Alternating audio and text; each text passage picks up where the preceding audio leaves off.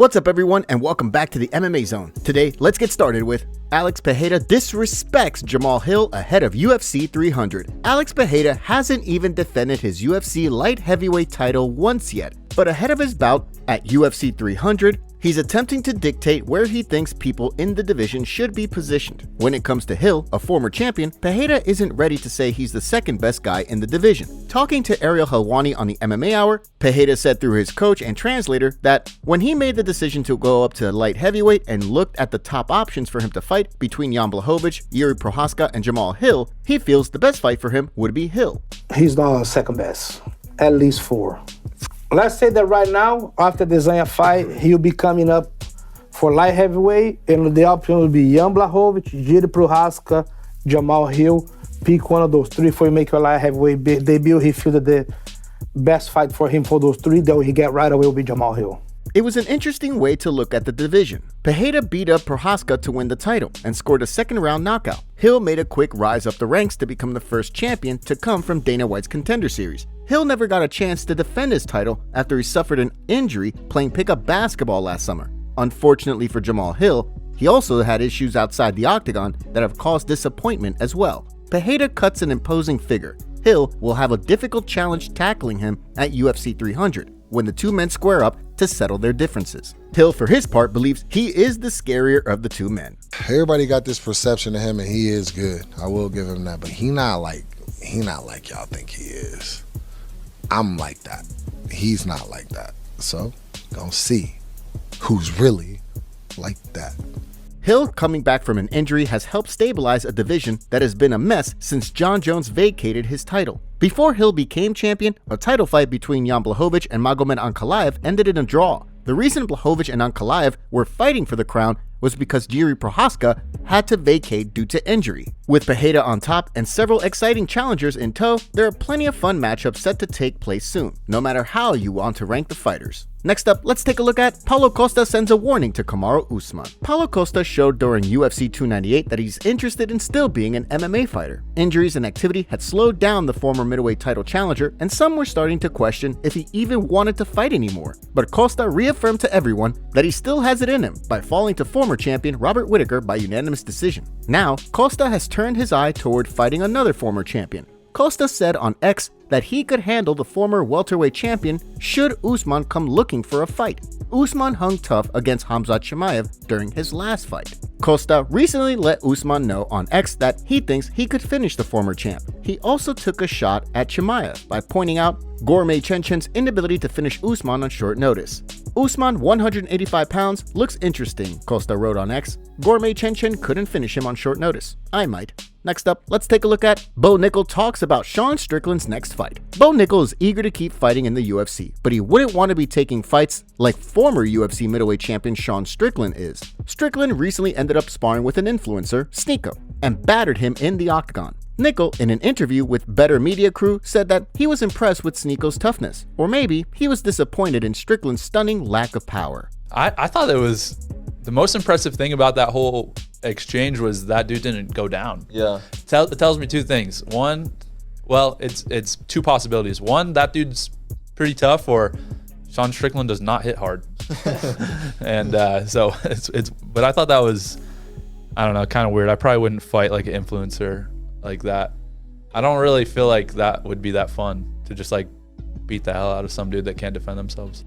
Nickal is a decorated wrestler and one of the hottest prospects in the sport. Nickal may be looking to set up another fight down the road against Strickland. Now, let's shift gears and take a look at Daniel Cormier reacts to UFC Fight League. Yahoo Sports tried to beat everyone to the punch earlier this week. The organization broke a fight that was supposedly confirmed by the UFC to take place. However, UFC CEO Dana White quickly came out and denied the fight was underway. White, however, has long sought to take and prevent anything from leaking out. Good luck with that in the days of social media and cell phones. UFC commentator and former 2-division champion Daniel Cormier wondered if stories like this that turn out to be fake damage the media's credibility. Cormier talked with former Bellator champion and UFC veteran Ben Askren about how these stories are reported. Those news stories are broken when not confirmed, because then you run into the issue where Dana comes on, says it's not happening, and then sometimes plans change, and it almost messes with the credibility of the site. Cormier challenged Askren to say that this type of reporting occurs in other aspects of life. Amazingly, Cormier was surprised it happens in political reporting. Cormier may not be the best person to hold a discussion on media literacy. Now, let's shift gears and take a look at Tony Ferguson gives update on UFC future. Tony Ferguson is the ultimate example of a fighter who doesn't know when to call it quits. Someone needs to do it for him. Unfortunately, Ferguson has doubled down on his desire to fight and said expletive retirement. Ferguson has lost 7 consecutive fights since he last won a bout at UFC 238. In an interview with former UFC champion Rampage Jackson on the Jackson podcast, Ferguson is still as defiant about his ability as ever. After I win this next one, I probably got like maybe 5. Every fight I go back and I tell them I renegotiate my shit. You know what? Every single fight I go back and I make sure that they understand what my value is, because that's the one thing I speak up for myself, and I had to learn that. Ferguson has never looked the same since being battered by Justin Gaethje at UFC 249 in May 2020. While Ferguson is adamant that he can still be a strong UFC fighter, the results say something different. Hopefully, someone in Ferguson's team will find a way to bring him back to earth. Next, let's take a look at Gilbert Burns talks about UFC 299 fight. Gilbert Burns liked a lot of things that Jack Della Maddalena brought to the table. He has a good look and is known for trying to knock guys out. Burns, who's willing to take on any challenge, kept his eye on the young fighter and leaped at the opportunity to fight him.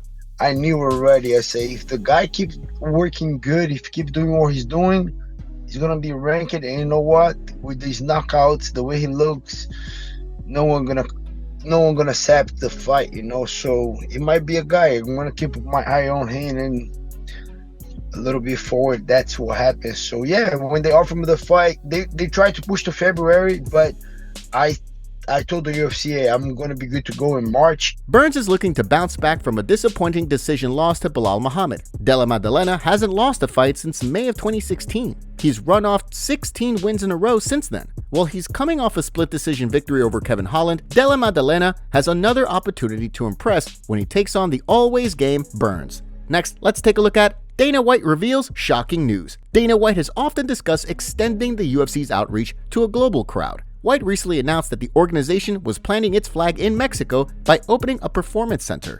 Mexican MMA has been flourishing over the past few years. Alexa Grasso is the current women's strawweight champion. Yair Rodriguez held the interim belt at featherweight in 2023, and Brandon Moreno has held the championship belt at flyweight twice. The UFC is hoping to open a performance institute. I was just saying to these guys to be walking the halls and looking at the gym, and this incredible facility is amazing. I've wanted this for a long time, so I'm very excited. Thanks to everybody who made this happen. Many UFC commentators have often commented about the Mexican fighting spirit whenever a Mexican fighter stepped into the octagon. Making an investment in providing a spot for the next generation of Mexican fighters will allow the passion and appreciation for the sport to continue to grow. We have the MMA community going off on Dana White after a recent Donald Cerrone interview. Cowboy revealed that he only made $200,000 for the Conor McGregor fight. Here's the clip. We signed, which is unheard of, 8-fight deals. Most people do 1, 2, 3, but I knew I wanted to fight 8 times a year. So an 8-fight deal for me was a year or half a year. You know what I mean? Like, so I'd always do 8-fight deals. I'm locked into that. It's not like 3 fights in, I can be like, time to renegotiate. Yeah, because I'm fighting Conor. No. You still have 4 more fights on your contract. This is what you're getting paid. So everyone's like, red panty night, you got paid. No, I didn't. I paid what I always got paid, which is good. Yeah. I ain't complaining. I'm not making shit up saying, Dana, he owes me money. No, I made great money. Yeah. So, but you had that. So you agreed to the 8-fight deal, and then they call you along the way. Just like anything. And it's anytime, anywhere. So when they called you about Conor, you're like, hell yeah. Oh yeah, let's go. That's so badass. Right? Of course. I didn't call like, ooh, I'll only fight Conor if. Right. No. Let's go. That's so bad. Let's do it. Well, the MMA community was furious with Dana White. Here's what they had to say. Jake Paul said, "Fighters need to wake up. Cowboy is a legend. Put in years and years of work. Massive name and veteran for MMA. That event probably did $80 million in revenue. There will never be a change to fighter pay in MMA. The fighters don't respect themselves enough to unionize. It's the sad reality. The only thing they can hope for is the lawsuit coming up. We're supposed to congratulate bad business skills? You can always renegotiate your contract so that it protects you in fair business standards." He got finessed. That's a shame. Without the fighters, they have nothing. Dana should be ashamed of himself. MMA is a terrible sport. Makes no sense financially at all. It's better to just be a boxer. I love Cerrone, but he always quit in that fight. He said himself he didn't want to be there, so $200K to take a dive isn't so bad. Top comments.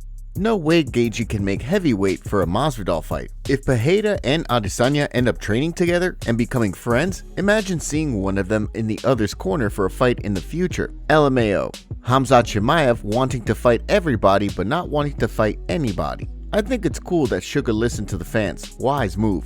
Make sure to leave a comment and you might get featured in our next video. Thanks for watching. If you enjoyed, make sure to subscribe and turn on notifications to never miss any MMA news. Check out our video from yesterday if you missed it. See you tomorrow.